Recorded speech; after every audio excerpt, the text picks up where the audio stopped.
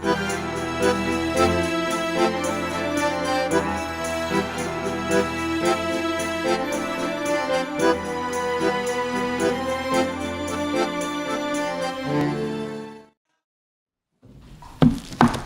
Dishmaya. On va, Bezrat Hashem, continuer le livre Sharav Betoda, le jardin de louanges, du Rav Shalom Harouche. On arrive dans le dernier chapitre du livre. On arrive dans le dernier chapitre du livre qui s'appelle Geoula Bekale Kalut, une délivrance très facile. C'est écrit comme ça dans le Zohar Kadosh. Chez Moshe Aya Goel Arishon, Vegam Yeh Goel Acharon. Que Moshe Rabbeinu, c'était le premier libérateur, et ce sera aussi le dernier libérateur. Qu'est-ce que ça veut dire? Tout simplement que l'âme de Moshe, qui est venue une première fois pour nous libérer d'Égypte, elle reviendra dans le Mashiach pour nous libérer définitivement Bezrat Hashem. Et il y a écrit que au moment de la première Géoula, il y a écrit comme ça: Velo Shameu el Moshe mikotser roar ve'avoda kasha. Ils n'ont pas écouté Moshe Rabbeinu parce qu'ils avaient l'esprit oppressé et ils étaient dans une dure servitude. Voilà pourquoi ils n'ont pas écouté Moshe qui est venu. Qu'est-ce qu'ils n'ont pas écouté dans ce que Moshe Rabbeinu a dit? Alors tout simplement, Moshe Rabbeinu, il est venu dévoiler quelque chose d'extraordinaire. Moshe Rabbeinu, il est venu leur dire que la Géoula, elle pouvait arriver très facilement. Elle pouvait arriver avec la joie, avec la Emouna, avec le remerciement à Hachem, avec la prière à Kadosh Baruch Hu. Et les Bnei Israël, eux, ils n'ont pas accepté ça. Ils n'ont pas accepté ça, les Bnei Israël. Et ils ont dit comme ça, on va faire la simulation de ce qui s'est passé. On va faire la simulation de ce qui s'est passé. Moshe Rabbeinu est venu comme ça, et il a dit, je vais vous délivrer d'Égypte. Alors ils lui ont dit, les Bnei Israël, alors qu'est-ce qu'il faut faire pour qu'on soit délivré? Et ils lui ont dit, et Moshe il leur a dit, il faut que vous chantiez, il faut que vous dansez, il faut que vous louez à Kadosh Baruch Hu, vous le priez. Et les Bnei Israël ont dit, non, c'est pas possible. C'est pas possible que tu sois le Mashiach. C'est impossible que c'est toi qui vas nous libérer. Non, si vous avez dit de jeûner d'un Shabbat à un autre, de ne pas dormir, de se tremper dans un mikvé gelé, allez, on aurait cru à ça. Mais là, tu viens nous dire qu'en chantant et en louant Hachem et en remerciant Hachem, en reconnaissant les bontés d'Hachem, on amène la Géoula. Ils l'ont pas cru. Ils l'ont pas cru. C'est exactement ce qui se passera aussi pour nous. Qu'est-ce qui s'est passé? Pourquoi ils n'ont pas cru Moshe Rabbeinu? Ça, c'est ce qui explique Rav Harouche par rapport à ce verset. Donc, comme j'ai traduit de manière simple, ça veut dire qu'ils avaient l'esprit oppressé et ils étaient dans une dure servitude. Mikotser roar ve'avoda kasha. Mais Rav Harouche explique d'une autre manière. Il dit, c'est quoi Mikotser roar? C'est quoi un souffle court? Ça veut dire qu'ils n'avaient pas d'émouna. Ils avaient une toute petite émouna. Et comme ils avaient une petite émouna en Kadosh Baruch Hu et en la clémence d'Hachem qui pouvait les délivrer facilement, c'est pour ça qu'ils demandaient ve'avoda kasha. Un travail difficile. Ils demandaient des jeûnes, des choses compliquées pour pouvoir être délivrés. C'est parce qu'ils n'avaient pas d'émouna qu'ils n'ont pas pu être délivrés facilement. Ils n'ont pas cru Moshe Rabbeinu qui est le Goël, qui est le libérateur. Et c'est ce que dit Rabbi Nachman Breslev. Il dit comme ça, Shaluk ktane emuna, que les gens qui sont de petite emuna, enam maminim sheifshar litkarev lachem besimcha. Ils ne pensent pas qu'on puisse s'approcher d'Hachem dans la joie, ou friour avec un sourire, ve'lavod et Hachem bechol davar ve'davar bechaim, et remercier Hachem dans chaque chose de la vie. Et ils croient que ça se fait qu'avec des choses très compliquées. Et c'est comme ça, c'est écrit dans la Torah Pevav 86. Il est écrit comme ça, de la deuxième partie du côté Moran, Da shaliede shaolam em mikat nemona. Sache que parce que par l'intermédiaire que les hommes, ils ont une petite emuna. Alken trichim letani. C'est pour ça qu'ils ont besoin de jeûner. Dainu, avodot, kasharot. C'est pour ça qu'ils ont besoin de faire des choses difficiles. Là, on vient nous dévoiler quelque chose d'incroyable. Que la Géoula, elle peut arriver facilement. Elle peut arriver dans la joie, par le remerciement, par la louange, par l'émouna, par la prière, etc. Et pas par des choses extraordinaires. On croit qu'il faut étudier le chasse entier pour que la Géoula elle vienne. On croit qu'il faut jeûner tous les jours, etc., etc. Tout ça, non. La force du tzaddik comme Moshe, il peut dévoiler une clémence d'Hachem incroyable, que juste en commençant à reconnaître les bienfaits d'Hachem, les bontés d'Hachem, le louer, etc., on amène la Géoula. Et c'est pour ça que Rabbi Nathan dit dans l'Ikut Halachot, et c'est le Likut Halachot qui a introduit ce livre, que si en vérité tout le monde écoutait la voix des justes de vérité, qui disent que tout ce que fait Akadosh Baruch Hu est pour le bien, c'est-à-dire les difficultés et les bonnes choses, tout ça c'est que du bien et que chacun remercie pour ça, c'est sûr que tous les décrets sur l'âme Israël seraient annulés et la Géoula Shlema, la délivrance définitive, serait déjà là. C'est sûr, il nous dit Rabbi Nathan, sûr et certain. Si on commençait à suivre ce que nous disent les tzadikim comme Moshe Rabbeinu et qu'on appliquait ce qu'ils disaient et que l'essentiel de leur conseil ces tzadikim, c'est que Hachem il est bon et tout ce qu'il fait c'est pour le bien et qu'on commence à avoir de la émouna en Hachem et à croire en Kadosh Baruch Hu, c'est sûr que la Géoula elle viendra facilement. Et même quand on est à l'intérieur des souffrances, il faut savoir que, certes, on ne peut pas comprendre pourquoi c'est bien, mais c'est sûr et certain que c'est pour le bien. Et qu'à un moment ou un autre, on va être délivré. Comme c'est écrit, Et Sarah, il est Yaakov, ou Mina Ivashia. C'est un moment difficile pour Yaakov, mais il va s'en sortir. Il va s'en sortir, c'est sûr. C'est pareil pour tout l'âme Israël. Chaque difficulté, chaque problème qu'Hachem nous envoie, il y a déjà marqué que c'est quand qu'elle va partir cette difficulté. Donc, il faut juste être patient et faire confiance en Hachem qui veut notre bien. Et donc, ce qu'ils ont fait les Bnei Israël, ils n'ont pas Veloché Amiwelt Moshe, ils n'ont pas écouté Moshe Rabbeinu. Et Moshe Rabbeinu, qu'est-ce qu'il a fait? Oui, Moshe Rabbeinu, pourquoi ils n'ont pas écouté? Parce qu'ils n'avaient pas l'habitude. Ils n'avaient pas l'habitude qu'un tzaddik qui vient leur dévoile quelque chose comme ça. Parce que ce dévoilement, que la Géoula, elle peut venir par la Emouna, par la joie en Hachem, les remerciements, la louange, la tefila, etc. Ça, c'est un dévoilement de la 50e porte de la pureté. C'est un dévoilement qu'il n'y a jamais eu, ça. Il n'y a eu que, à peur de Moshe Rabbeinu, il n'y aura que au temps du Mashiach. Au temps du Mashiach, on dit qu'il y a écrit dans les Sfarim des secrets de la Torah, qu'il y aura une Torah de Atika Stima qui va se dévoiler. C'est une Torah complètement différente de ce qu'elle est maintenant. C'est-à-dire beaucoup plus élevée. C'est-à-dire c'est cette Torah qu'on a maintenant, mais c'est une Torah beaucoup plus élevée. C'est-à-dire que c'est un dévoilement de cette Torah beaucoup plus élevé. On va nous montrer véritablement ce qu'il y a dans cette Torah, la profondeur de la profondeur de cette Torah. Et donc, comme ils ont vu Moshe Rabbeinu qui venait leur dire ça, ils n'étaient pas habitués à ça, ils étaient plus habitués qu'on leur dise il faut jeûner, il faut ci, il faut ça, et il faut faire 80 jeûnes pour réparer telle faute, et ainsi de suite. Donc, ils n'ont pas cru Moshe Rabbeinu.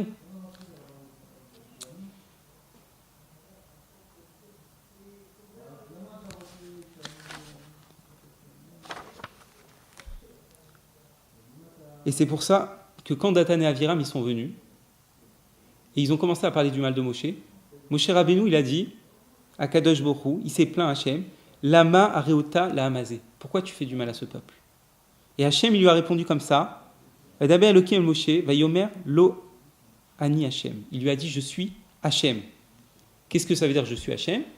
Je suis le Dieu de miséricorde. Hachem, le nom Yud-Ke Vav-Ke, il faut toujours se souvenir, c'est Hachem qui se dévoile sous l'attribut de miséricorde. Donc il est venu à Kadosh Baruch Hu, il a dit à Moshe, toi tu as dit pourquoi tu fais du mal à ce peuple, moi je te dis je suis Hachem, je suis un Dieu de miséricorde. Sache que même ça, c'est pour le bien. Même si tu ne comprends pas, c'est pour le bien. Et Rashi vient sur place, il dit, sur ce passouk, il dit, chez Diberito Mishpat al-Shama, la Me'areota. Donc qu'il est venu Akadosh Baruch Hu répondre à Moshe sur cette accusation qu'il a fait à Hachem, pourquoi tu fais du mal à ce peuple?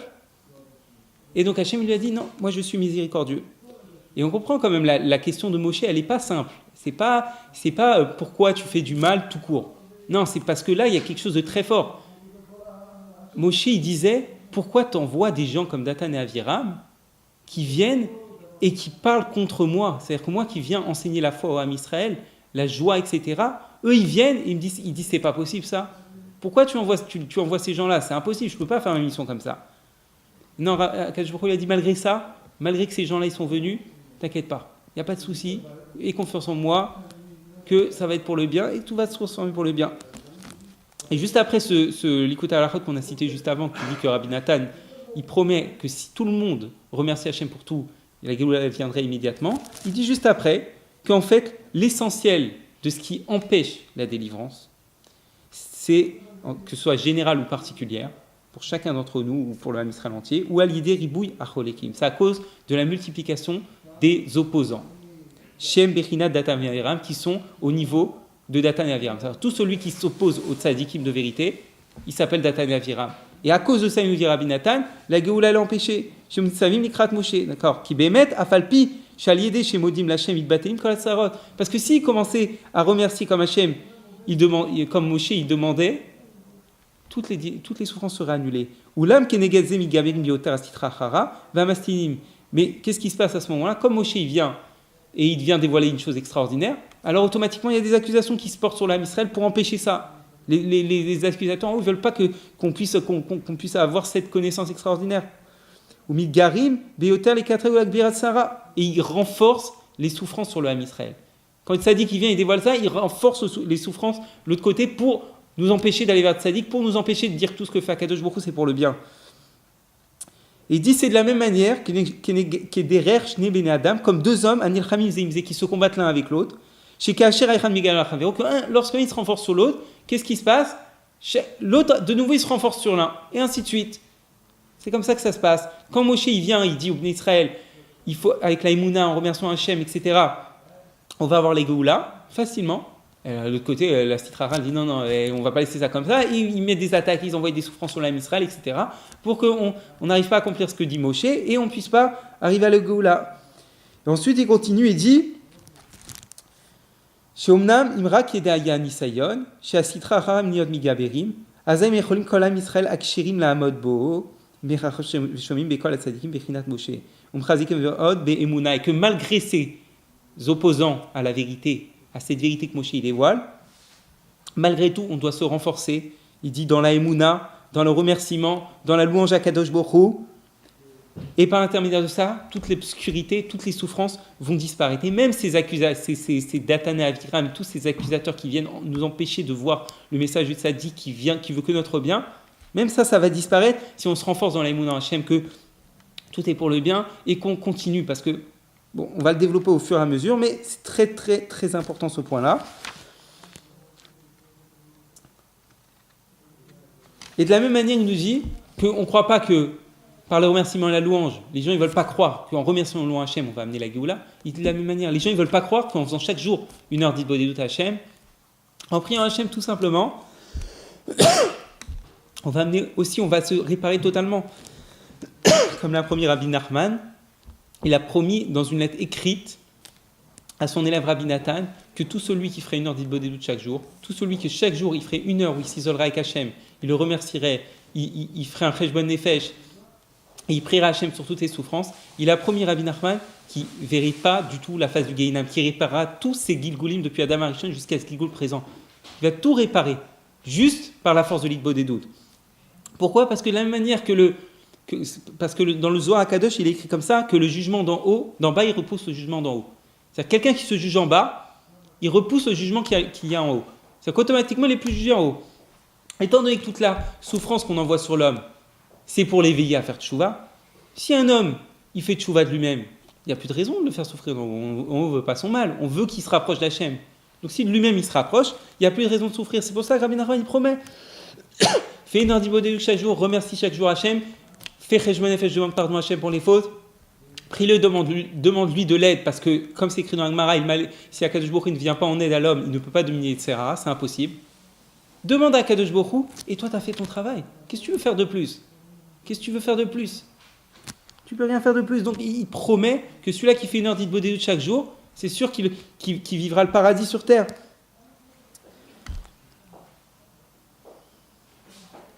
Donc maintenant, on va parler d'un point plus précis, c'est les moments de difficulté. Parce que c'est évident que les moments de difficulté, personne ne va dire qu'il est dans une joie extraordinaire. Personne ne va dire que c'est facile d'être joyeux. Personne ne peut dire ça. Tout le monde, quand on souffre, on souffre. Quand quand on nous dit d'avoir de la émouna en Hachem, de dire que tout est pour le bien, on n'est pas en train de dire que la personne ne souffre pas. Elle perd un proche, on ne va pas dire ne souffre pas. La Torah, elle n'est pas inhumaine. Elle dit, bien sûr, tu as le droit de souffrir, c'est normal que tu as une douleur au fond de toi. Mais, et la émouna, que ça vient d'Hachem et que c'est pour le bien. Et c'est pour ça que quand Moshe Rabbeinu allait voir Pharaon, et qu'il a commencé à essayer de demander à Paro qu'il permette au Bnei Israël d'aller servir Hachem, il a dit comme ça à Paro, et maintenant allez au travail, la paille ne vous sera plus donnée, vous fournirez la même quantité de briques. Au lieu d'agréer ce qu'il a dit Moshe Rabbeinu, il a encore endurci la souffrance, que maintenant ils vont voir eux-mêmes aller chercher leur paille pour faire les briques. À ce moment-là aussi, Moshe il a dit la mar reota la mazé chez Artani. Pourquoi tu fais du mal à ce peuple? Pourquoi tu m'as envoyé? Ou me'asbati al parole derrière bishmecha. Je suis venu parler devant Pharaon pour ton nom. Allah Amazé, tu fais du mal à ce peuple encore plus. Je suis allé pour les délivrer, finalement ils vont encore plus souffrir. Et Moshe l'a répondu comme ça. De nouveau, Vaïdaber Elohim, El Moshe, Ani Hashem. Il a dit Elohim, le Dieu de rigueur, à Moshe, Ani Hashem, je suis Hashem miséricordieux. Même ça, c'est pour le bien Moshe Rabbeinu. Et même Moshe, dans la souffrance, il souffrait. Le Ham Israël est en train de souffrir. Il souffrait. Même Moshe Rabbeinu, on n'a jamais dit qu'il ne souffrait pas. Et aucun tzadikim ne souffrait pas. Tous les tzadikim ont souffert et tout le monde souffre. Mais ce qu'on demande, c'est de faire confiance à Kadosh Baruch Hu. On a un Père qui veille sur nous. Et la seule chose qu'on demande, c'est qu'on arrête de croire qu'on le comprend. C'est arrêter de croire qu'on sait ce qu'il fait et on croit qu'on est Hachem. On croit limite qu'on est Hachem. Parce que si quelqu'un il se prend pas pour Hachem, il peut jamais poser question sur Akadosh Baruch Hu. S'il a confiance que tout vient d'Hachem et que tout est pour le bien, il n'y a pas de question. Il n'y a pas de question. S'il a conscience qu'il ne pourra pas comprendre Hachem, que l'intelligence d'Hachem elle est supérieure à la sienne parce que c'est Hachem qui l'a créé et qui l'a créé comme ça avec moins d'intelligence que lui, automatiquement, même s'il souffre, il va accepter que ça vient d'Hachem, il va se renforcer dans la Emouna.